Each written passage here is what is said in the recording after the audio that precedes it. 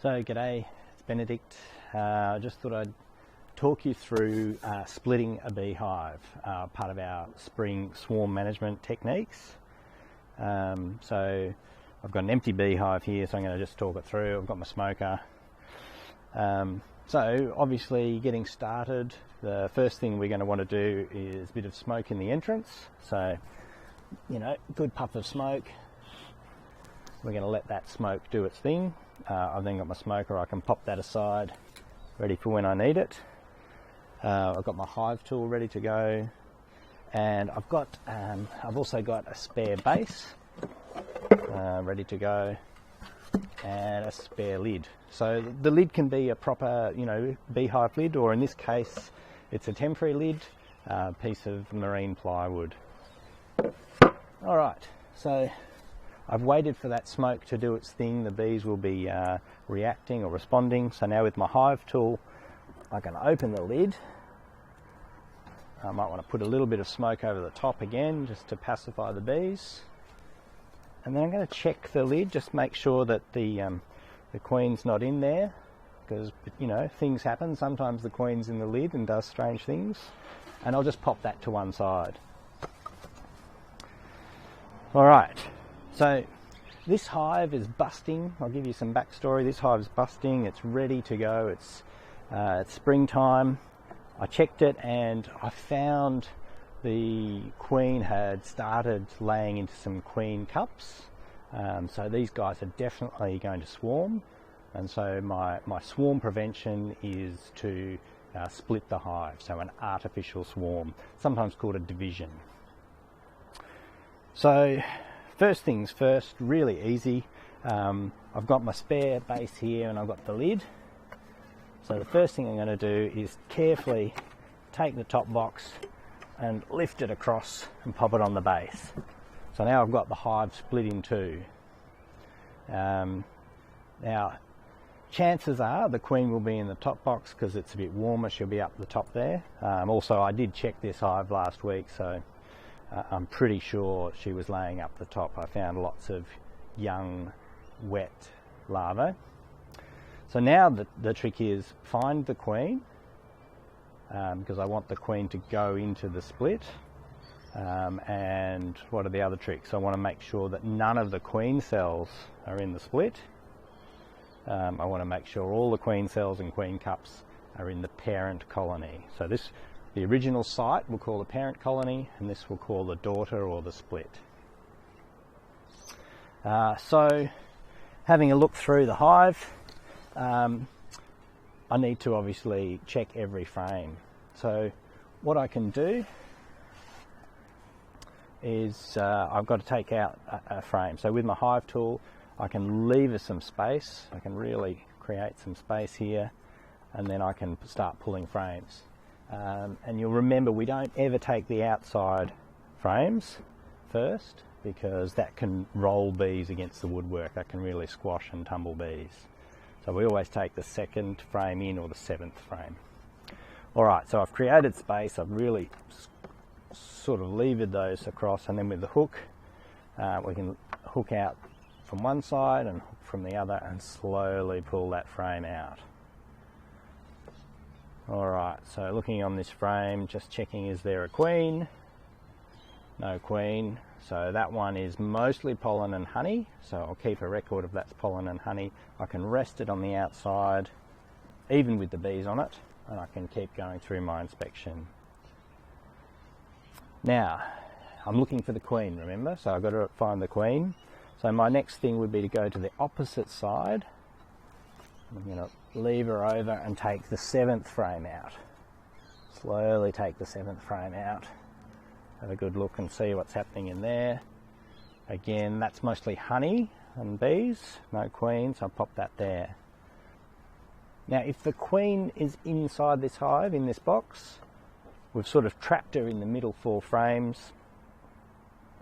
She'll typically be moving away from the light. So if she was on this frame, she will move away from the light, and we've created a lot of light in there, so she'll move back across. So now we've only got 4 frames to check, and we'll carefully go through those and see if we can find the queen. Let's have a look.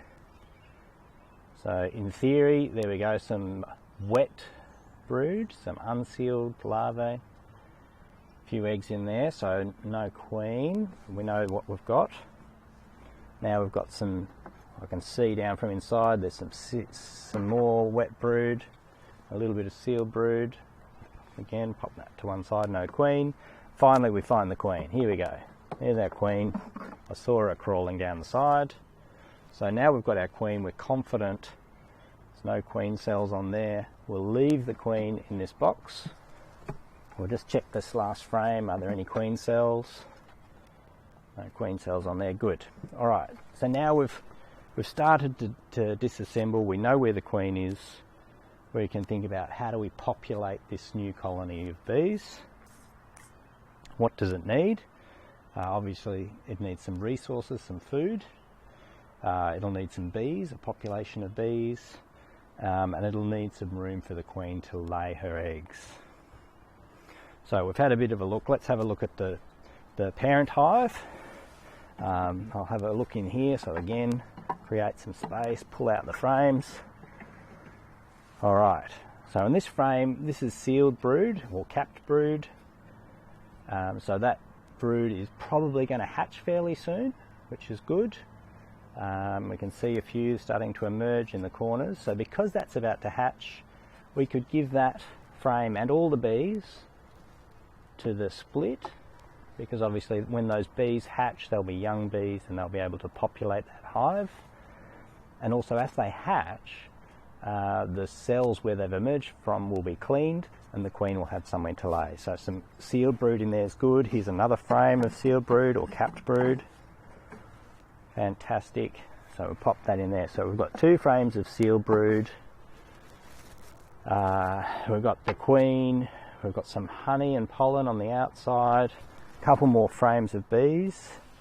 Maybe this one here, some wet brood and capped brood, a bit of a mix in there.